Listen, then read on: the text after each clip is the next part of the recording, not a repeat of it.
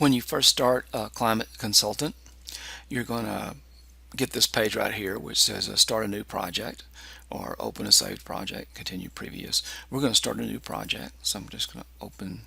And then residential, small, non-residential. We're really neither.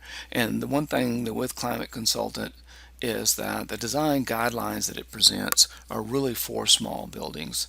And so if your building is not a small, either non-residential or residential building, then the design guidelines it gives you really aren't representative of what you might want to do.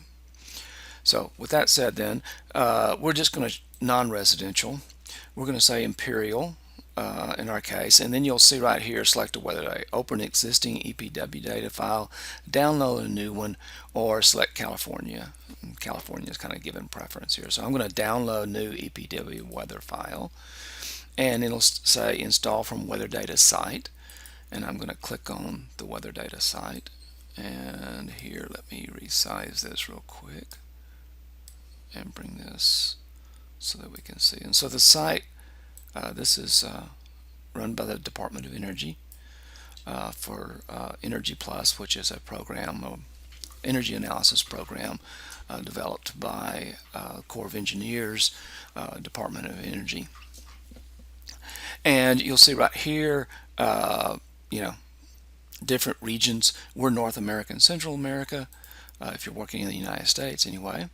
And then you can see USA, Canada, and then other Central American states. So we're going to be in USA.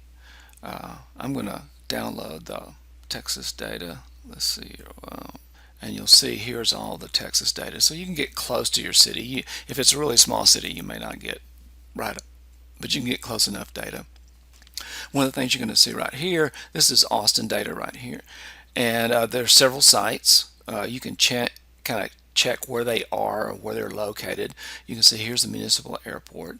There's TMY data and TMY2 and TMY3. The most current file format and most is the TMY3. So I like to normally use it, but it's not totally imperative. And so I'm going to use the TMY3 Austin Mueller Muna airport data. And you're going to get something like this.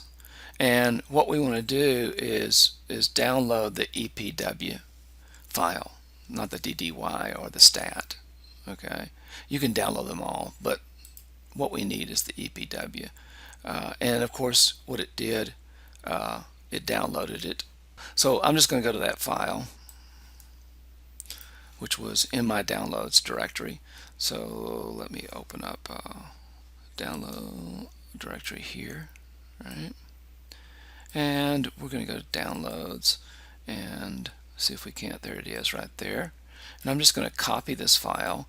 My recommendation is that the default for finding the weather files for Climate Consultant is in the Climate Consultant directory, and in the root of that directory you can see here's some other files right here. So I'm just going to paste that file into the root directory there.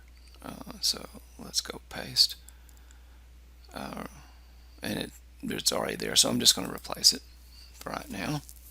And so now we have Austin data. We're ready to start.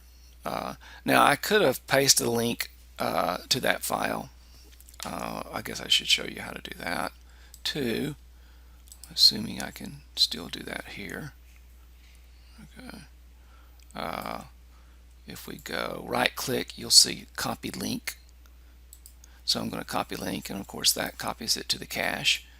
And I'm going to paste the link in here and install, and it should do the same thing. It's a little faster, but anyway, so here's our general data.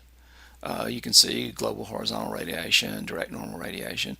This weather file that you're using is the same weather file that Revit uses when it does its energy analysis. So you're working with the same data. It's a standard, national set of data. Now what I'm going to do in the next videos is show you how to take this weather data that you've got and use Climate Consultants charts and other things that they developed in here to do an analysis and get an understanding of what we might be able to do architecturally to make this building more comfortable and energy responsive from a passive point of view.